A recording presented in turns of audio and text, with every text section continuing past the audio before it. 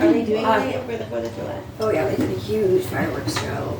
Oh, last night? Yeah. I'll get a They're straw, having a Jenny. big, huge thing in Waco. Yeah. Yes. And they have a Well, so they do all the What? family stuff. Then these They do parades. It might also be good for like small outings because it is very soft and slick material. Right. You might be able to put it on and off. Because I tried to go there first before I went to the ER. And she But you could see the. do anything until Yeah. So I'm definitely getting more and more mobile. We went on a cruise in March. We went to Cozumel and then and Maggie and Bradley. We were all like hanging out in the parking lot, and then they're like, "Hey, let's go riding around." I'm like, "Sure." I'm in the back seat. They're all in the front. And they ride in and out of town this way and in and out of town this way. If you grew up in a small town, you understand that that's your entertainment. And at one point, because I was always such a daredevil, I rolled down the window. I'm the only one in the back seat. And I sat up on the thing because the window went all the way down. I was just feeling the wind blowing my hair. And then all of a sudden I heard, if you were in a wreck right now, you'd die. And I got back in. And it wasn't just talking in my head. This was me, my spirit, my high spirit, whoever, my angels. So I got in, I rolled the window up, and I'm like feeling very uncomfortable. And she was only driving 5-10 miles over the speed limit, which wasn't nothing for all of us back then. And I said, hey Jennifer, do you think you're going a little fast? She was like, oh no, I always drive this fast. It's like, okay. We get into town, and our goal was to have other people meet us or ride with us or follow us to go 35 minutes away to a party. And there was a boy there that I really, really liked, and I was like so excited. Yeah. But when we get to the parking lot, Tell us more. there's nothing to tell because I said, Like did he have a car? yeah. And so I was like, I'm gonna go. And they were like, what do you mean? Because you were so excited to go. And I was like, no, I've got to go pee, which was ridiculous because there was a restroom inside the gas station.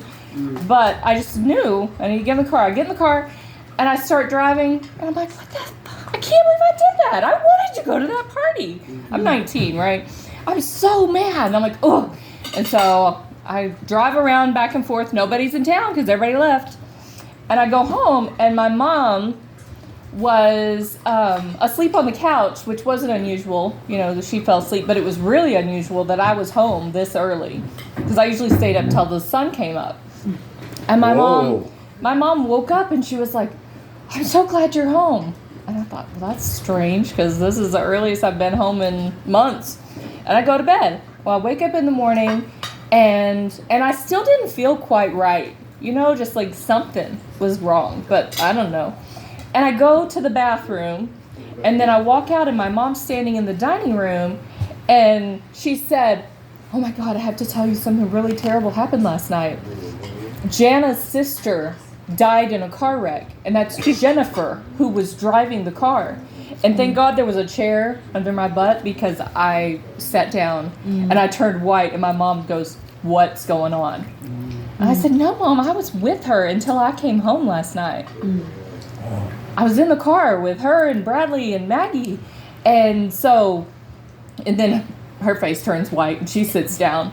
And we're just kind of processing this. And I'm worried about, Jana, my cousin Keith is dating Jana. And I'm close with her. I know her. I didn't even know Jennifer until that night. Oh, and when I went to step out of the car, she said, write down my phone number because I like you. I want to hang out with you. We had never even met before that night in this small, tiny town. And so I'm just reeling. I can't believe, and my mom's like, you should go talk to Debbie. And I'm like, that's my aunt, my cousin's mom. And I was like, I'm not talking to anybody. I don't know what's going on. And so a friend of ours came over and she said, I have to give you this. I wrote this letter, but it wasn't me who wrote this letter. I'm totally gonna cry. And she said, it's from Jennifer. And I'm like, you people, I can't handle this. I can't deal with this. I can't. And she was like, I need you to read it because you need to know that you are supposed to live. Because the whole time I just kept saying, I'm not supposed to be here. I'm not supposed to be here. And so I did drive into town to see Maggie. She was the passenger because she was in our local hospital. And the whole time there, I'm just like, I can't do this, but I have to do this. I have to go support her and see her. Well, I had to drive by the car because the town's so small. I saw it. And I think I lost vision for a second.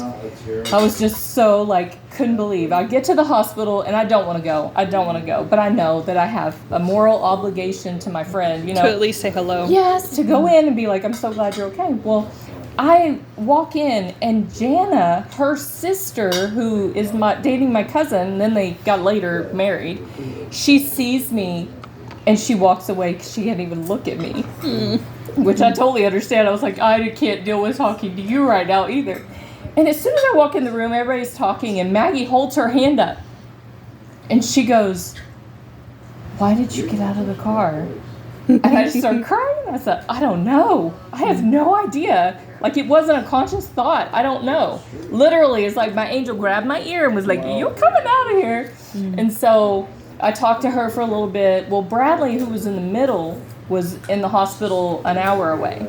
In the major hospital, not just the local because one. he had more severe injuries. And so, the people that I did talk to were like, you're going to go see Bradley, right? Because you need to go see him. And I'm like, I can't do this. And I kept saying that to God and to everybody else and myself, I can't do this.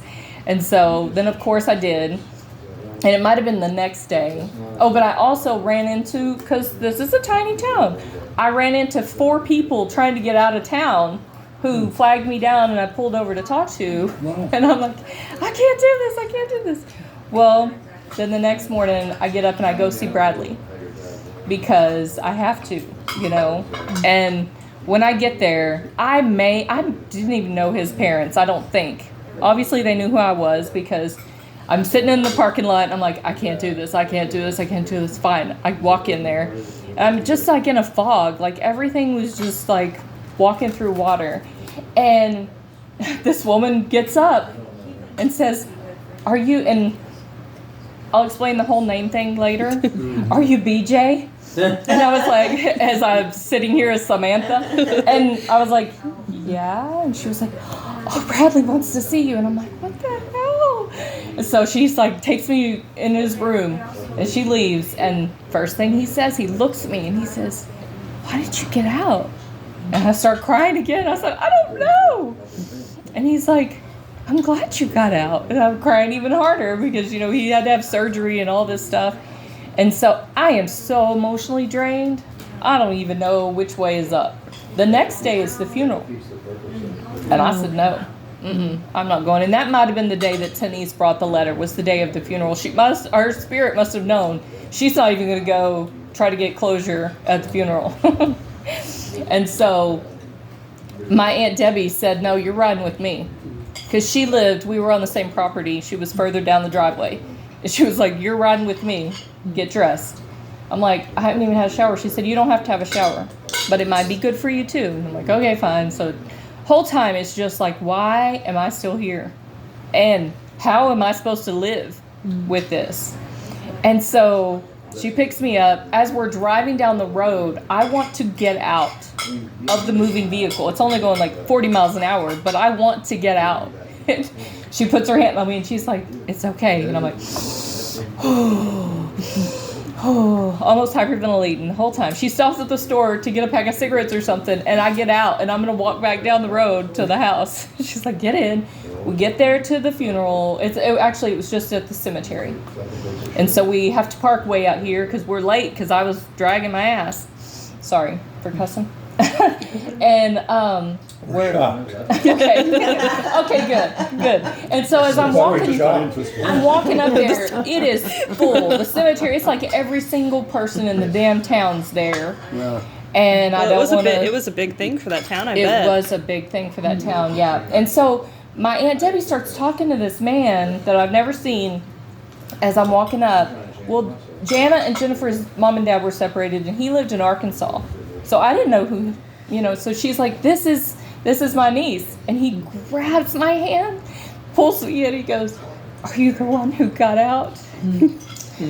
Oh, and I start crying. I'm like, yes. And he pulls me even closer and he says, thank you.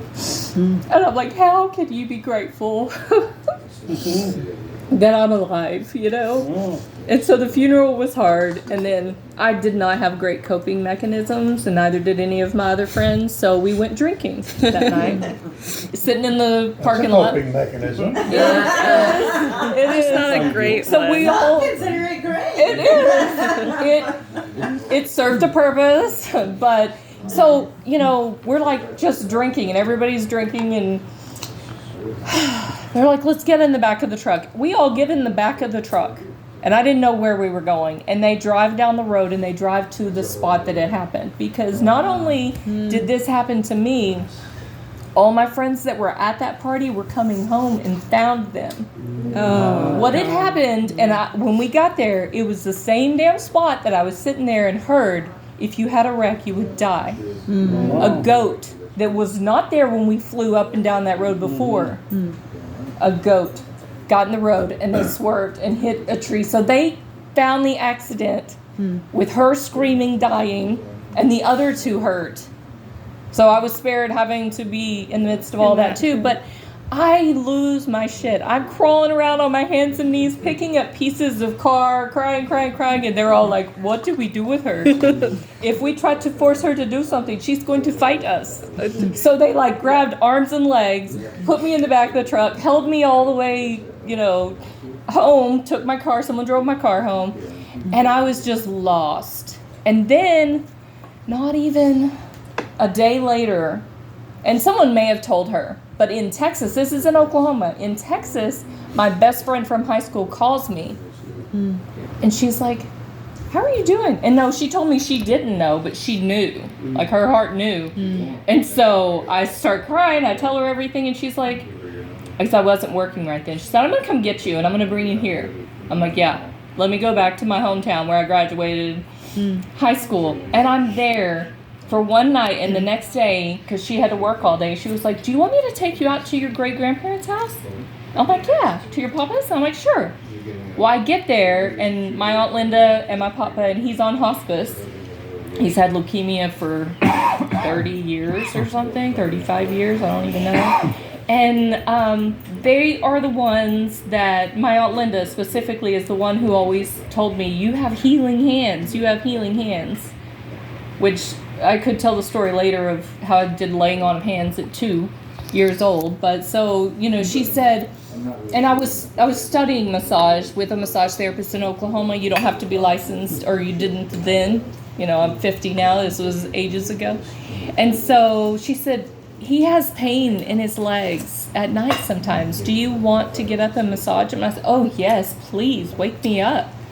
And so she did. She woke me up 2 a.m. or whatever, and I'm massaging his feet, and it felt like, when I do laying on of hands healing, or when I did, it felt like I was pouring water into a glass. And now I have those words. I didn't know those words, but anyway, it felt like I was pouring into the Grand Canyon.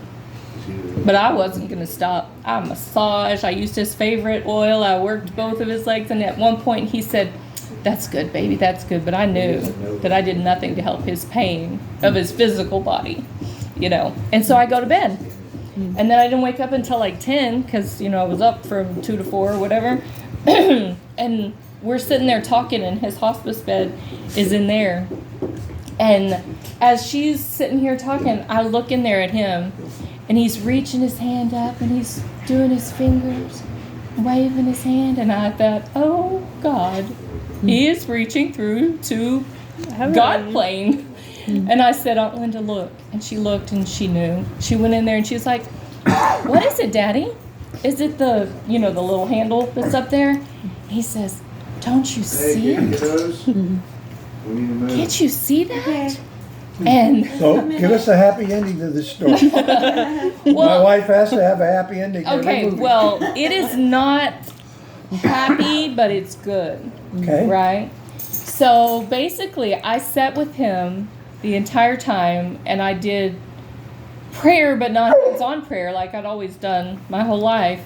and read affirmations to him, things that I've had memorized, all the Beatitudes, all of that stuff, and basically helped him to cross over. And then that devastated me, that it built something in me too.